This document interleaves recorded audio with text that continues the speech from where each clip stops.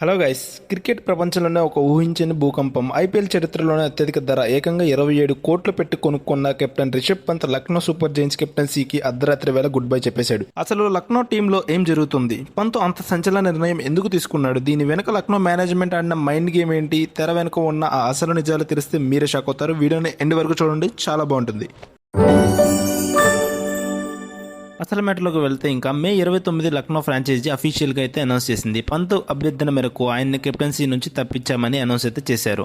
అయితే అసలు ఐపీఎల్ 2026 సీజన్లో లక్నో జట్టుకు ఒక పీడకల్లా సాగిందని చెప్పాలి. 14 మ్యాచ్ల్లో కేవలం 4 మ్యాచ్లు మాత్రమే గెలిచి పాయింట్స్ టేబుల్లో 10వ స్థానంలో ఉంది ఎల్ఎస్జీ. దీనికి తోడు 27 కోట్ల ప్రైస్ ట్యాగ్ తెచ్చిన ప్రెజర్ పంత్ బ్యాటింగ్ ను కోలుకోలేని దెబ్బతీసింది. ఈ సీజన్లో 14 మ్యాచ్లు ఆడిన పంత్ కేవలం 312 పరుగులు మాత్రమే చేశాడు. పంత్ బ్యాటింగ్ ఆర్డర్ ను మేనేజ్మెంట్ ఇష్టం వచ్చినట్టు మార్చేసింది. ఒక మ్యాచ్లోనేమో ఓపెనర్ గా, కొన్ని మ్యాచ్లో ఏమో నెంబర్ 3గా అండ్ కొన్ని మ్యాచ్ల్లో అయితే 7th పొజిషన్ కూడా నెట్టేయడంతో పంత్ మైదానంలోనే తీవ్ర అసంతృప్తితో కనిపించాడు. ఇలా ఎల్ఎస్జీ మేనేజ్మెంట్ పంత్ యొక్క బ్యాటింగ్ ఆర్డర్ ని ఇష్టం వచ్చినట్టుగా మార్చేశారు. అయితే పంత్ కేవలం ఓటముల వల్ల తప్పుకున్నాడా అంటే అదైతే అస్సలు కాదు.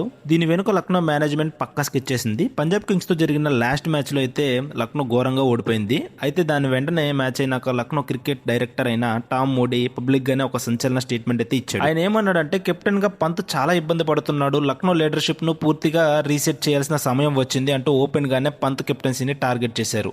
ఇన్సైడ్ టాక్ ప్రకారం డ్రెస్సింగ్ రూమ్ లో head coach Justin Langer, director Tom మూడీలా జోక్యం ఎక్కువైపోయిందని పంత్ భావించాడు. ప్రెస్ మీట్ లో కూడా పంత్ డ్రెస్సింగ్ రూమ్ లో ఎక్కువ మంది కోచ్లు ఉంటే నిర్ణయాలు గందరగోళంగా మారతాయని ఇండైరెక్ట్ గా మేనేజ్మెంట్ పై ఫైర్ అయ్యాడు. గతంలో కూడా లక్నో ఓనర్ అయిన సంజీవ్ గోయాంక గారు కేఎల్ రాహుల్ పై పబ్లిక్ గానే సీరియస్ అయిన సంగతి తెలిసిందే. తనకు అలాంటి అవమానం జరగక ముందే పంత్ గౌరవంగా కెప్టెన్సీకి రిజైన్ చేసేశాడు. ఇక దీని తర్వాత మరి ఇప్పుడు లక్నోకు నెక్స్ట్ కెప్టెన్ ఎవరు? ప్రస్తుతం రేసులో అయితే ఫారెన్ ఆటగాళ్లలో Aiden Markram, Mitchell Marsh, Nicholas Pooran పేర్లు అయితే గట్టిగా వినిపిస్తుంది. మరి కెప్టెన్సీ వదిలేసిన పంత్ వచ్చే ఏడాది లక్నో టీంలోనే ఉంటాడా ప్లేయర్ గా, లేకపోతే ట్రేడింగ్ ద్వారా వేరే టీంలోకి వెళ్ళిపోతారా అనేది $1 మిలియన్ ప్రశ్న. సో ఇవన్నమాట ప్రస్తుతం ఉన్న అప్డేట్స్. అయితే లక్నో మేనేజ్మెంట్ ప్రవర్తన మరియు పంత్ తీసుకున్న నిర్ణయంపై మీ అభిప్రాయం ఏంటి? పంత్ లక్నో టీం నుండి బయటకు వచ్చేసి మళ్ళీ ఢిల్లీ క్యాపిటల్స్కి లేదా సిఎస్కేకి వెళ్తే బాగుంటుందా? కింద కామెంట్లో ఖచ్చితంగా తెలియజేయండి. ఇలాంటి క్రేజీ క్రికెట్ అప్డేట్స్ కోసం మన ఛానల్ సబ్స్క్రైబ్ చేసుకోండి. Thank you for watching. జై హింద్.